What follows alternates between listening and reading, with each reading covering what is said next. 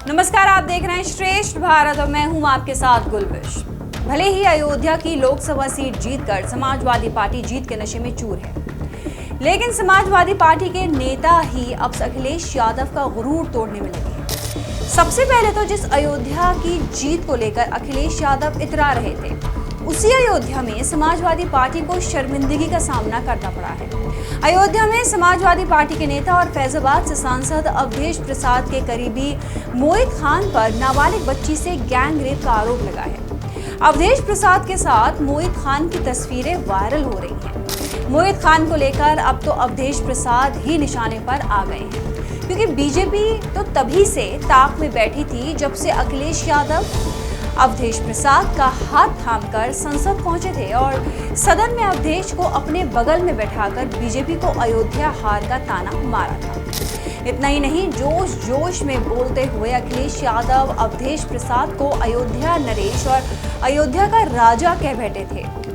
वहीं गैंगरेप के आरोपी मोहित खान के साथ तस्वीरें वायरल हुई और बीजेपी अवधेश पर हमलावर हुई तो अवधेश सफाइयां देने लगे, कहने लगे, रोज कम से कम 500 लोग मेरे साथ फोटो खिंचवाते हैं, हम फोटो को कैसे नकार सकते हैं।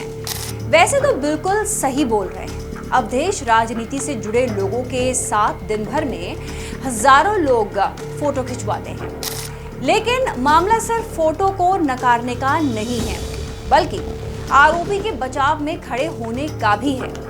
अवधेश प्रसाद का कहना है कि किसी निर्दोष को ना फंसाया जाए, डीएनए टेस्ट करा लिया जाए। समाजवादी पार्टी पीड़ित और उसके परिवार के साथ पूरी मुस्तैदी के साथ खड़ी है। इतना ही नहीं, समाजवादी पार्टी के मुखिया अखिलेश यादव भी सोशल मीडिया के जरिए ऐसी ही मांग करते हुए नजर आए हैं।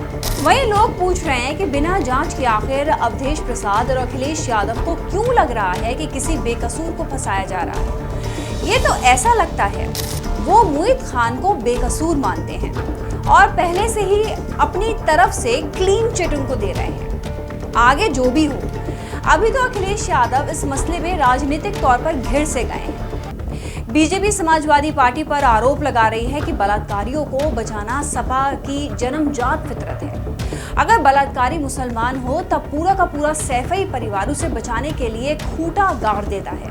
दरअसल अखिलेश यादव को तो पहले से मालूम होना चाहिए था कि मामला अयोध्या का है और बीजेपी तो घात लगाकर बैठी है।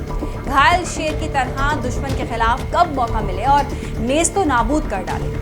अखिलेश यादव को अयोध्या गैंगरेप मामले में सोच समझकर ही कुछ भी बोलना चाहिए था। वहीं दूसरी ओर समाजवादी पार्टी के खिलाफ विद्रोह का बिगुल बजा चुके सपा विधायक अभय सिंह ने भी अखिलेश यादव पर सवालों की छड़ी लगा दी है। उन्होंने कहा कि डीएनए जांच की मांग करने वालों को पहले अपने अंतर्मन में झांकना चाहिए। डीएनए जांच की मांग करना बहन और बेटियों का अपमान करने जैसी बात है। हमारे देश में महिलाओं को पूजा जाता है, ऐसे देश में डीएनए और अपमान ना करें।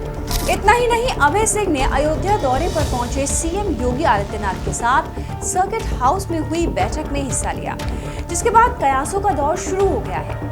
सियासी मायने भी इसके तलाशे जा रहे हैं। सपा विधायक अभय सिंह से जब इस मुलाकात को लेकर पूछा गया तो उन्होंने कहा कि वो अपने क्षेत्र की समस्याओं को लेकर सीएम योगी से मुलाकात करने आए थे। कुछ पेपर देने थे जो उन्हें सौंप दिए गए हैं। बता दें कि अभय सिंह की योगी से मुलाकात को इसलिए भी अहम माना जा रहा है कि अभय अयोध्या की गोसाईगंज सीट से विधायक हैं और अभी यूपी की 10 सीटों पर उपचुनाव होना है। उसमें मिल्कीपुर विधानसभा सीट भी है, जिस पर पहले समाजवादी पार्टी से अवधेश सिंह विधायक थे, लेकिन वे इस्तीफा देकर समाजवादी के टिकट पर अब फैजाबाद से सांसद हैं। अब बीजेपी अभय सिंह के कंधे पर बंदूक रखकर निशाना लगाना चाहती है, यानी समाजवादी पार्टी के विधायक से बीजेपी के पक्ष में प्रचार कराया जा सकता है, जिससे मिल्कीपुर सीट जीतने में कामयाबी हासिल की जा सके। क्योंकि फैजाबाद लोकसभा सीट हारने के बाद मिल्कीपुर विधानसभा सीट सीएम योगी के लिए नाक का सवाल जो बन गई है। आपको बता दें कि अभी अखिलेश यादव के बेहद करीबी विधायक रहे अभय सिंह ने बीते राज्यसभा चुनाव में सपा से बगावत करके बीजेपी कैंडिडेट को वोट दिया था। इसके बाद सपा विधायक को वाई श्रेणी की सुरक्षा मिली थी। वहीं अभय की पत्नी सरिता सिंह और पिता भगवान बख्श सिंह बीजेपी की सदस्यता ग्रहण कर चुके हैं। इसलिए कहा जा रहा है कि अभय सिंह बीजेपी की ओर से अयोध्या के मिल्कीपुर में समाजवादी पार्टी को नुकसान पहुंचा सकते हैं। वैसे वोट बैंक की पॉलिटिक्स आसानी से समझ में आती है, लेकिन वोट बैंक के लिए सब कुछ ताक पर नहीं रखा जा सकता। स्वाति मालीवाल केस में अखिलेश यादव के केस में अखिलेश की बयानबाजी से समाजवादी पार्टी को यूपी में कोई नुकसान नहीं हुआ, लेकिन अरविंद केजरीवाल की तो पूरी फसल ही चौपट हो गई। इसलिए अखिलेश को बयानबाजी को सोच समझकर करना चाहिए, क्योंकि आज नहीं तो कल ऐसी चीजें अखिलेश यादव को भी राजनीतिक रूप से भारी पड़ सकती हैं। ऊपर से तब जब समाजवादी पार्टी के ही नेता समाजवादी पार्टी के खिलाफ बगावत पर उतारू हैं।